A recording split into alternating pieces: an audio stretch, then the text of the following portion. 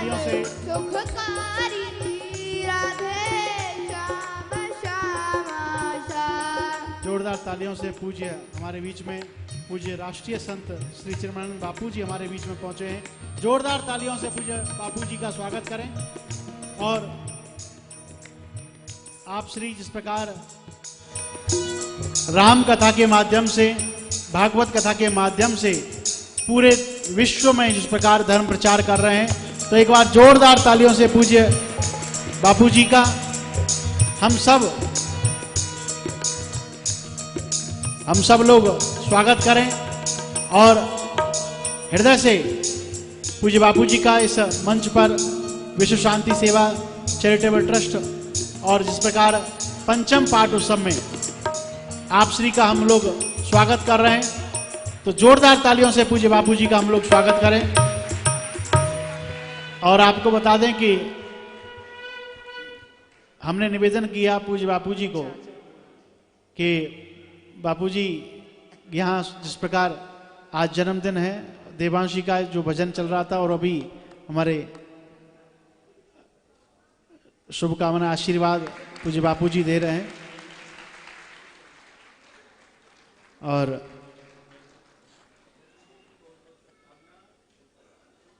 बहुत बहुत शुभकामनाएं। पूज्य बापू जी ने जिस प्रकार जब निवेदन किया तो उन्होंने कहा विजय भाई हम तो अभी हरिद्वार में कुंभ की व्यवस्था को देख रहे हैं, कैसे होगा। हमने कहा हमें कुछ नहीं, आप चाहे 5 मिनट के लिए आएँ चाहे आधे घंटे के लिए आएँ, आपको आना है, क्योंकि पंचम पाठ उत्सव है। ठाकुर जी के उस 2016 के कार्यक्रम में भी जब ठाकुर जी पधारे थे तब भी आप पधारे थे, और आज जब पंचम पाठ उत्सव हम लोग मना रहे हैं तब भी आपके दर्शन चाहिए। तो उन्होंने सहज स्वीकार करते हुए तुरंत अभी हरिद्वार से सीधे चलकर यहाँ पहुँच रहे हैं। तो एक बार जोरदार तालियों से पूज्य बापू जी का हम लोग स्वागत करें। और जब जब हम निवेदन करते हैं तब तक पूज्य बापू जी अपना समय निकाल कर, क्योंकि आप लोग देखते हैं कि भागवत राम कथा जो बहुत ज़्यादा आपके श्रीमुख से देश विदेशों में होती हैं और बहुत व्यस्त रहते हैं, लेकिन उसके बावजूद भी जब ऐसे अनुष्ठान होते हैं, तो जब संत महापुरुष ऐसे अनुष्ठानों में, ऐसे आयोजनों में हम सबको आशीर्वाद देते हैं, तो वो हमारे लिए आयोजन एक सुंदर और भव्य और दिव्य बन जाता है, क्योंकि ऐसे संत महापुरुषों का हम सबको आशीर्वाद मिलता है। तो हृदय से हम सभी बापू जी का प्रणाम करके हृदय से हम बहुत बहुत स्वागत करते हैं। और अभी राधे राधे। आप सभी मेरे ऊपर आशीर्वाद बनाए रखें, आपकी बड़ी कृपा होगी। ठीक है, हमारी कृपा आप पे बनी रहेगी, बस आप ऐसे ही लगे रहें और ठाकुर जी का भजन करते रहें। और आज इनके माध्यम से मैं आप सबको कह दूं, सुबह से ही बहुत बहुत बड़ी संख्या में आप लोगों ने शुभ आशीर्वाद, शुभकामनाएं श्री देवांश जी को दी है। और पूज्य महाराज श्री का भी आशीर्वाद मिला, पूज्य मलुक पीठ वाले महाराज जी भी अभी आशीर्वाद दे के गए, और उसके बाद भी देश विदेशों से जिन लोगों ने भी एक क्षण भी निकाल कर आपने उस मंगल कामना की है, आप सबको विश्व शांति सेवा चैरिटेबल मिशन की तरफ से, इस दास की तरफ से बहुत बहुत शुभकामनाएं। जब तक ये आनंदमय महोत्सव चल रहा है, एक प्रार्थना जरूर कर दीजिएगा कि ये प्रियाकांत जी के चरणों में अपना चित्त लगाकर देश धर्म के लिए ही अपने जीवन को समर्पित करें और अपने धर्म को अपने युवाओं के साथ मिलकर पुनः अपने जीवन को सफल करें, औरों को भी उस मार्ग पर चलने की प्रेरणा दें। ऐसी प्रार्थना जरूर कीजिएगा। आप सभी का बहुत बहुत साधुवाद, धन्यवाद। तो अभी हम लोग जिस प्रकार इस उत्सव में चलें और कार्यक्रम के आगे बढ़ाएं, तो उससे पहले जिस प्रकार मैंने बताया कि पूज्य बापू जी हमारे बीच में पहुँचे, तो हम उनका स्वागत करते हुए और आशीर्वाद के रूप में हमारे देवांशी को भी वो अपना आशीर्वाद देंगे और भक्त प्रेमियों को और इस उत्सव को भी अपनी शुभकामनाएं देंगे। तो पहले पूज्य महाराज श्री को हम लोग श्रवण करेंगे, उसके बाद में आगे क्रम को आगे बढ़ाएंगे। पूज्य बापू जी महाराज।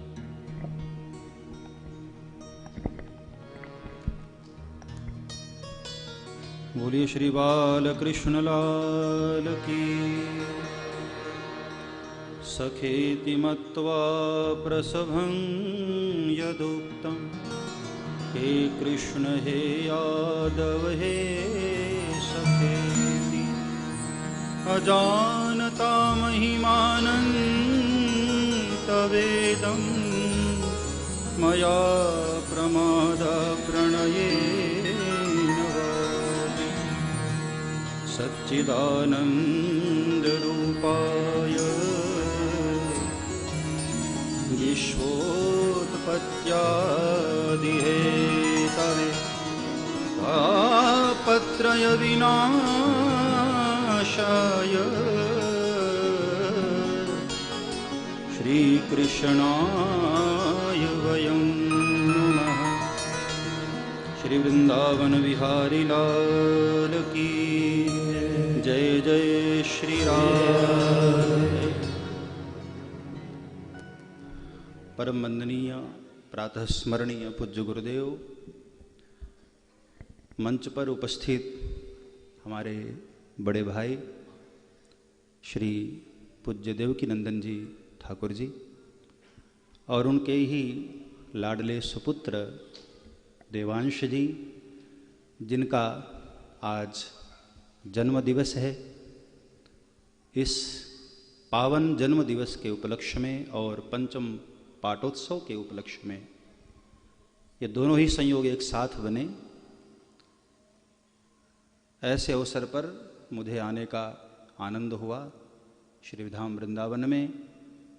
और विजय भैया का फोन आया था तो मुझे तो आना ही था, वही उन्होंने भी कहा कि आपको तो वृंदावन आना ही है तो एक दिन पहले ही आ जाएं।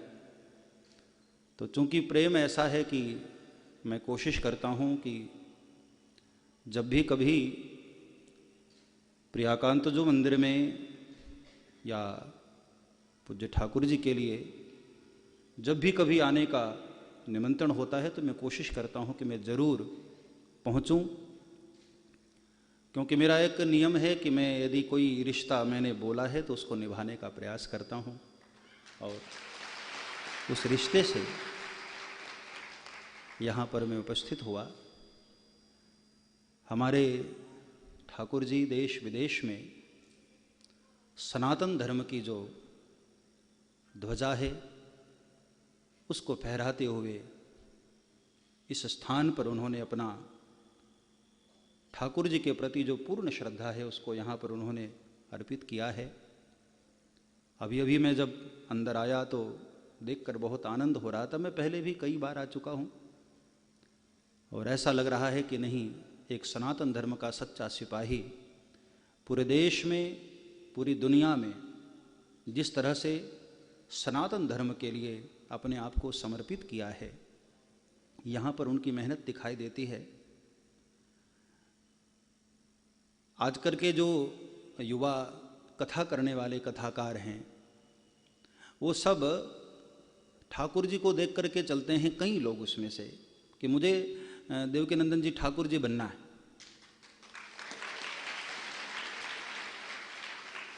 लेकिन ठाकुर जी का यह रूप तो दिखाई देता है, लेकिन इसके पीछे उनकी मेहनत, उनका संघर्ष, उनका समर्पण, उनका त्याग वह दिखाई नहीं देता है।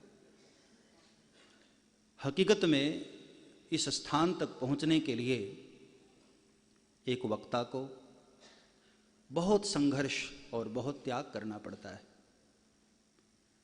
जब तक त्याग न हो, जब तक धर्म के मार्ग पर, भक्ति के मार्ग पर समर्पण न हो, तब तक व्यक्ति उस ऊंचाई तक नहीं पहुंच पाता है। और ये बात हर क्षेत्र में लागू होती है। किसी भी क्षेत्र में यदि आप पूरी निष्ठा से, पूरे लगन से, समर्पण के साथ नहीं चलेंगे तो वो मार्ग प्रशस्त नहीं होता है, वो मार्ग इतना आसान नहीं हो पाता है। बहुत प्यारी कथा करते हैं हमारे ठाकुर जी, बड़े ही मधुर शब्दों में, और कभी कभी आवश्यकता पड़ती है तो कठोर शब्दों में भी। किसी व्यक्ति को घाव हो गया, फोड़ा जिसको बोलते हैं, फोड़ा हो गया। डॉक्टर के पास गया तो डॉक्टर ने कहा कि भाई इसमें कट लगाना पड़ेगा, इसको काटना पड़ेगा, तभी ठीक हो पाएगा। तो उस आदमी ने कहा कि डॉक्टर साहब बिना इसको कट लगाए क्या ठीक नहीं होगा? डॉक्टर ने कहा हो ही नहीं सकता, इसमें कट लगाना ही पड़ेगा। तो आदमी बड़ा नाराज हुआ, उसने कहा कि तुम डॉक्टर हो, एक तो मैं वैसे ही दर्द से परेशान हूं, ऊपर से तुम कट लगाने की बात और कर रहे हो।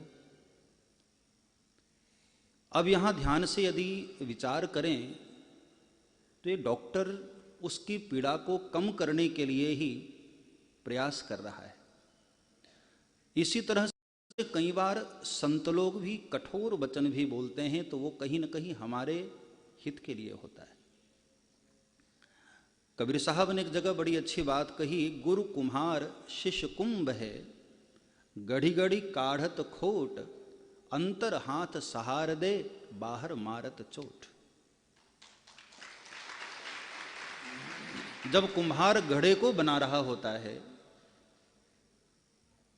तो जिनको मालूम होगा, उन्होंने देखा होगा, घड़े को जब वो बना रहा होता है तो घड़े के अंदर वो हाथ लगाता है और ऊपर से उस पर प्रहार करता रहता है, उसको एक अच्छा आकार देने के लिए, एक अच्छा शेप देने के लिए। अब कोई कहे कि भाई ये कुम्हार कैसा नादान है, घड़े को बना रहा है और ऊपर से पीट भी रहा है। यही कार्य एक संत और सद्गुरु करते हैं। कई बार उनकी कठोरता में भी बड़ी ममता होती है, बड़ा प्यार होता है। तो हमारे ठाकुर जी एक ऐसे वक्ता हैं कि जहाँ जैसी सिचुएशन आई, जैसी स्थिति बनी, वैसी वाणी का और वैसे वक्तव्य का प्रयोग करके किसी भी तरह, कहीं से भी, कैसे भी और किसी को भी गोविंद के चरणों से जोड़ देना है, यही आपका प्रयास रहता है और यही संकल्प रहता है। आज वृंदावन में हमारे ठाकुर जी एक धरोहर हैं। इस वृंदावन के क्षितिज में एक चमकते हुए सितारे की भांति हैं। और बांके बिहारी जी आप लोग बाद में जाते होंगे, पहले यहाँ प्रियाकांत जी को हाजिरी लगाना है, फिर वृंदावन प्रवेश करना है।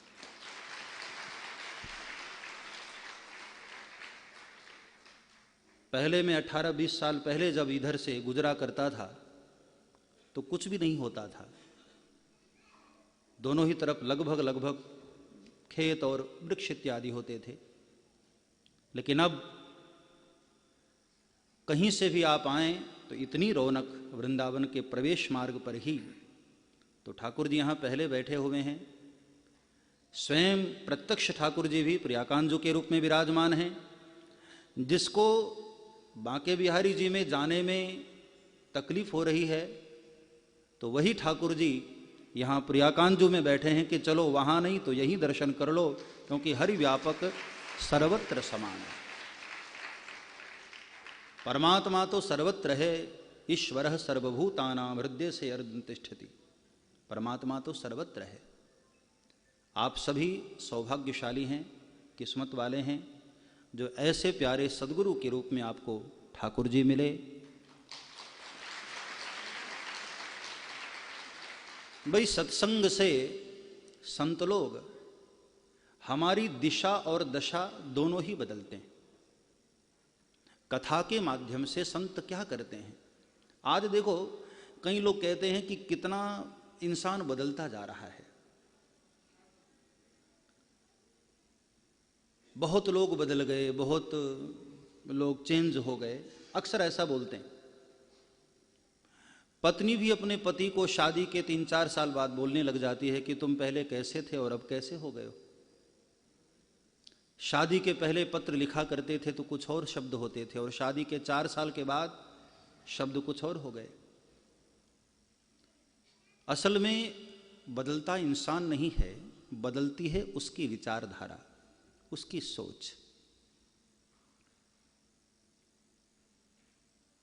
और ऐसे परिप्रेक्ष्य में संतजन क्या करते हैं, हमारी विचारधारा को बदलते हैं। वैचारिक क्रांति लाने का सामर्थ्य किसी में है तो वह है संतों में। हम लोग जब आपके शहरों में आते हैं, कथा होती है 7 दिन, तो 7 दिन के बाद परिणाम क्या होता है? अब जहां जहां भी ठाकुर जी चले जाते हैं, पूज्य श्री देवकीनंदन जी ठाकुर जी, तो इनके चले आने के बाद वो शहर पूरा राधे राधे हो जाता है।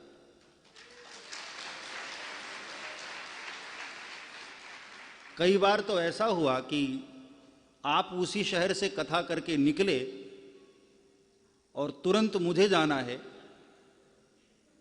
अब ये तो राधे राधे करके आ गए हैं पूरे शहर को अब वहां मैं जय सिया राम करने में मुझे बड़ी कठिनाई होती, क्योंकि पूरा शहर राधे राधे, और राधे राधे कहने में आनंद बहुत है, जय सिया राम में थोड़ी मर्यादा होती है। तो मुझे बड़ी तकलीफ होती है, बड़ी परेशानी होती है कि अब, लेकिन मन में खुशी होती कि चलो है तो सब एक ही, राम कृष्ण दो अगली बार से सेटिंग करके जाया करो ना फिर पहले आप जाएंगे जय श्री राम करके आ जाएंगे तो फिर शायद अच्छा रहेगा।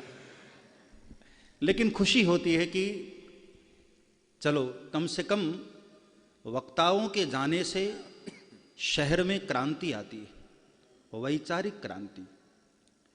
जो हमारी विचारधारा कलुषित होने लग जाती है कुसंगति से, सत्संग के माध्यम से हमारी विचारधारा और अच्छी होती है और पवित्र होती है।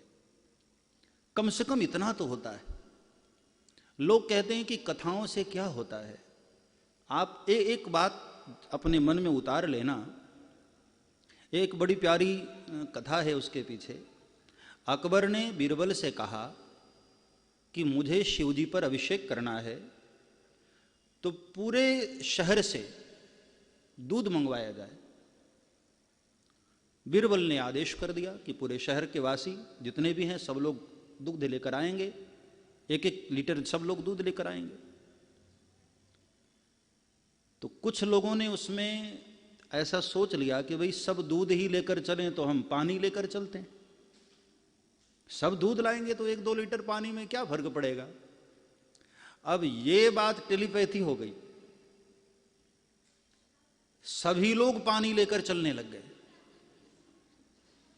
उसमें एक ब्राह्मण देवता ऐसे थे, उन्होंने कहा कि नहीं, मैं अपने निष्ठा पर हूं, मैं दूध ही लेकर जाऊंगा। तो उनकी घरवाली ने कहा कि तुम्हें बहुत भक्ति सूझ रही है। अरे जब सारे लोग पानी लेकर के जा रहे, तुम्हारे अड़ोसी पड़ोसी सब पानी लेकर जा रहे, तुम्हें दूध लेकर जाने की क्या जरूरत। तो ब्राह्मण देवता ने कहा कि नहीं, मैं तो दूध ही लेकर जाऊंगा।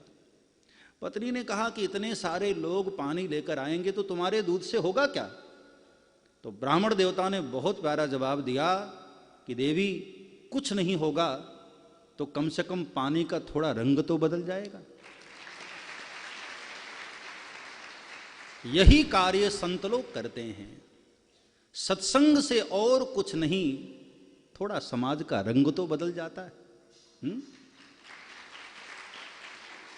जिस तरह से हमारी संस्कृति पर, हमारे संस्कारों पर कुठाराघात हो रहा है पश्चिमी सभ्यता का, और केवल पश्चिमी ही नहीं, कई सभ्यताएं हमारे संस्कृति पर प्रहार कर रही हैं। ऐसे वातावरण में हमारा हिंदू समाज अपने संस्कारों को लेकर अडिग खड़ा हुआ है। उसमें बहुत बड़ा हाथ हमारे संतों का है, जिन्होंने इस राष्ट्र को बचा कर रखा है। आज ब्रज की जो महिमा है, अयोध्या से ज्यादा लोग वृंदावन आने लगे, ये बिल्कुल सत्य बात है। उसमें हमारे जो कथा करने वाले व्यास हैं, उनका बहुत बड़ा योगदान है ब्रज की महिमा को लोगों तक पहुंचाने में। वरना समाज ब्रज की बहुत सारी ऐसी लीलास्थली है जिससे अनभिज्ञ रहता। हमारे ठाकुर जी जब ब्रज की भाषा में कन्हैया की वाली लीलाओं का वर्णन करते हैं तो आह, ऐसा लगता है और सुनते जाए और सुनते जाए। पहली बार जो सुनता है उसको थोड़ा कठोर भी लगता है, लेकिन जब उस ब्रज की भाषा में गोविंद की लीलाओं का वर्णन होता है तो कानों को बड़ा प्रिय लगता है, बहुत अच्छा लगता है। कभी कभी जब आश्रम पर होते हैं और कथा आ रही होती है ठाकुर जी की, तो मैं उन लीलाओं को सुनने में मुझे ज़्यादा आनंद आता है जब ठाकुर जी ब्रज की भाषा में बोल रहे होते हैं।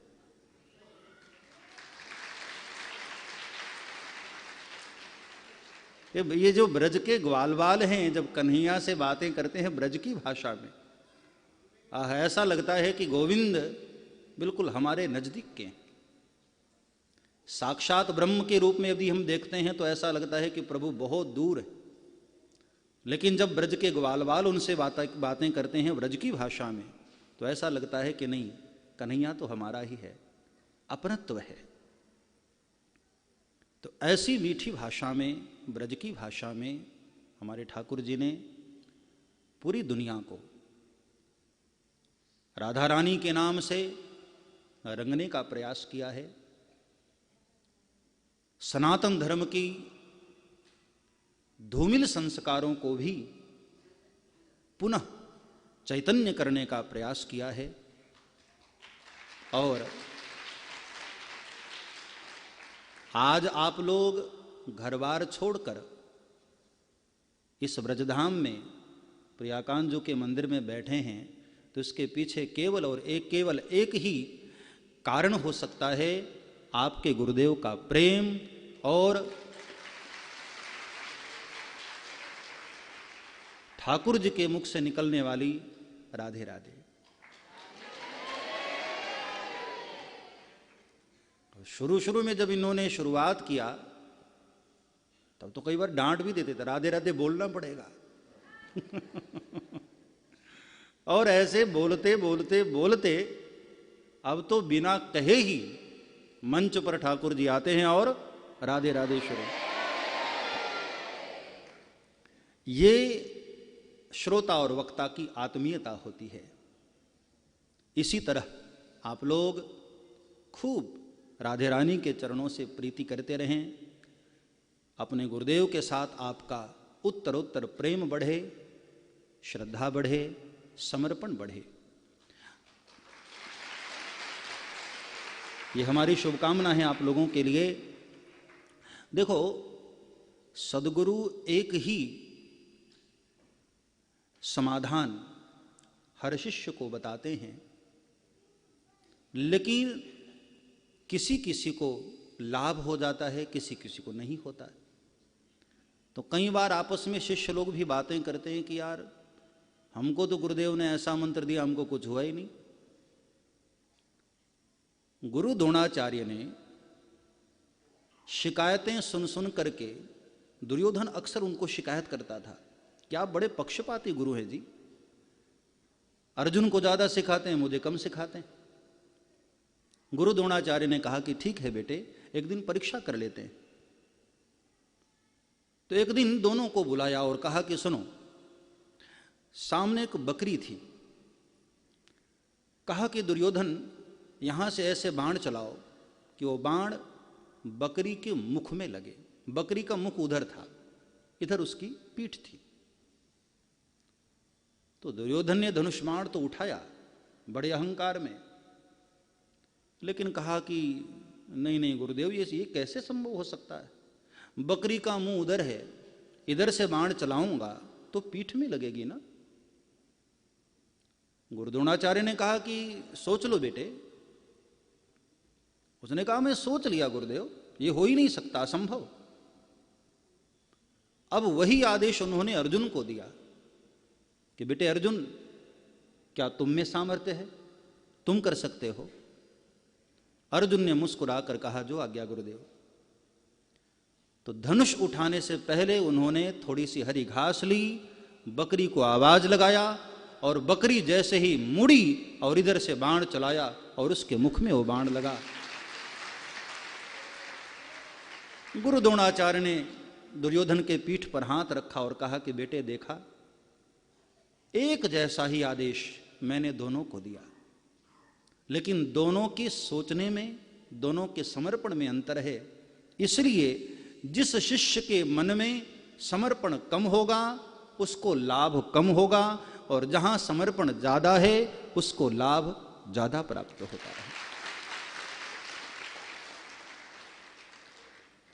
रामचरितमानस में भगवान राम ने शबरी को कहा, मंत्र जाप मम दृढ़ विश्वासा, पंचम भजन सुवेद प्रकाशा।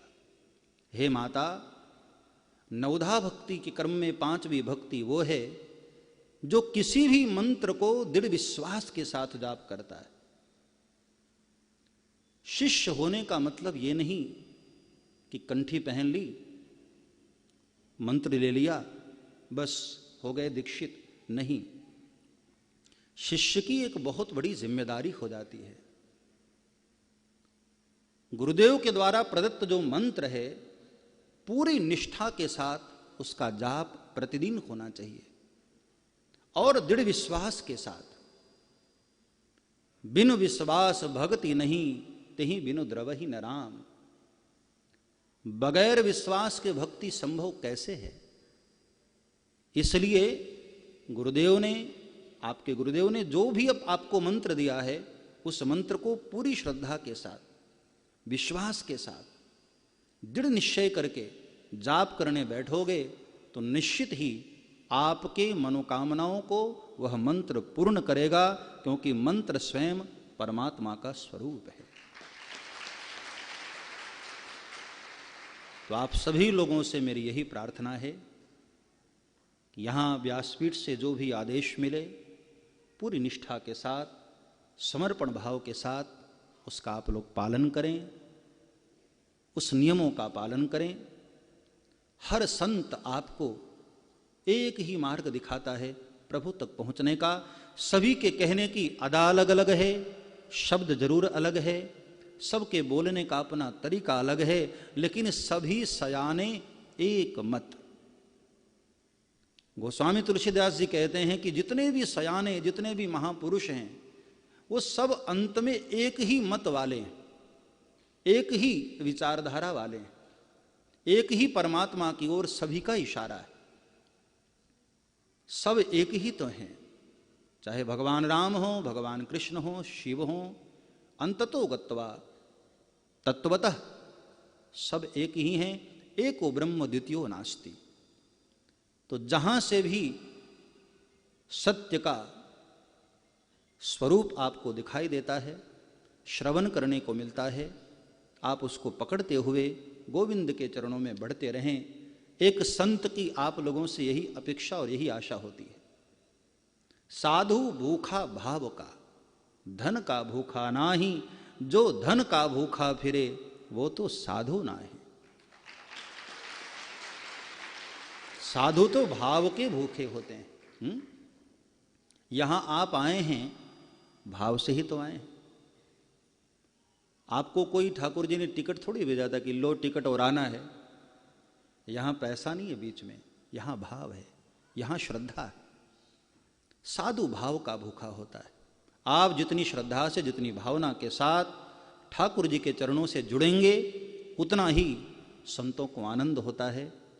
तो आप लोग लगातार इतने दिनों से इस भागवत गाथा में, इस सत्संग में आप लोग शामिल होकर अपने जीवन को धन्य कर रहे हैं। ये आप पर राधा रानी की विशेष कृपा हुई है, जिसके कारण आप यहाँ पहुँचे। मुझे ठाकुर जी ने ही पहली बार कहा था कि बापू, ब्रजधाम में वास उसको मिलता है जिस पर राधा रानी की कृपा होती है, वरना तो ब्रज में प्रवेश कहाँ है साहब। हाँ, लोग जीवन व्यतीत कर देते हैं, वृंदावन नहीं आ पाते हैं। आप लोग बड़े सौभाग्यशाली हैं कि किशोरी राधा रानी ने आपके ऊपर कृपा किया। आप वृंदावन में आए भी और 7 दिन रह करके राधे रानी के चरणों में बैठकर भागवत कथा का रसपान किया। तो आज ऐसे पंचम पाठोत्सव के उपलक्ष्य में मैं अपने आप को यहाँ पाकर आनंदित महसूस कर रहा हूँ। बहुत कृपा हुई है ठाकुर जी की, और हमारे लाडले सुपुत्र ठाकुर जी के अब उन्होंने भी गायन और थोड़े थोड़े वक्तव्य से आप लोगों को गोविंद के चरणों से जोड़ने का प्रयास किया है। देखो, ठाकुर जी का ध्यान युवाओं के ऊपर रहता है, लेकिन कई लोगों को शिकायत भी होती थी कि जो अभी युवा नहीं हैं उनका क्या। तो मैं ऐसे बच्चों को कहूँगा कि आप लोग देवांशी को फॉलो करना शुरू कर दो। जैसे वो राधे राधे करते हैं, ऐसे ही आप लोगों के बच्चे भी भक्ति के मार्ग पर चलें। बस आज उनके जन्मदिन के उपलक्ष्य में मैं तो यही शुभकामना देता हूं कि अपने पिताश्री से भी ज़्यादा सनातन धर्म का प्रचार पूरी दुनिया में करें। ऐसा मेरा आशीर्वाद, मेरी शुभकामना। बस, और आप सभी की श्रद्धा को प्रणाम करते हुए अपनी वाणी को विराम करता हूँ। यहाँ ठाकुर जी की कथा विराम हो रही। मैंने अभी कहा ना कि अक्सर ऐसा होता है कि जहाँ ठाकुर जी पूरा करते हैं वहाँ अक्सर मेरी शुरुआत होती। अब यहाँ भी संयोग ऐसा बन रहा है कि आज ठाकुर जी की कथा यहाँ विराम हो रही है और 14 तारीख से गोवर्धन जी ने में अपनी शुरुआत हो रही है। लेकिन इतनी कृपा है कि अब की बार रामकथा नहीं है, भागवत ही है, तो ज्यादा तकलीफ नहीं होगी, क्योंकि वृंदावन में रहना है तो फिर राधे राधे तो कहना है। तो बस इस आनंद और इस उल्लास के साथ मैं अपनी वाणी को विराम करता हूं। और विजय भाई को भी एक बार पुनः धन्यवाद, जो उन्होंने मुझे यहाँ पर बुलाने के लिए टेलीफोन किया और मुझे आने का सौभाग्य मिला। सबको पुनः एक बार शुभकामना देते हुए जय सिया राम, जय श्री कृष्ण। पूज्य बापूजी ने जिस प्रकार इतने सुंदर तरीके से अपनी बात, अपने आशीर्वचन हम सबको प्रदान किए, और हमें तो जब अभी जैसे कहा कि महाराज जी जहाँ भागवत कथा करते हैं और वहाँ जब आप जाते हैं, बहुत बार संयोग हुआ है कि ऐसा अनेकों अनेक शहरों में कि जब बापूजी जाते हैं उससे पहले ये हमारे आयोजन हो जाता है। और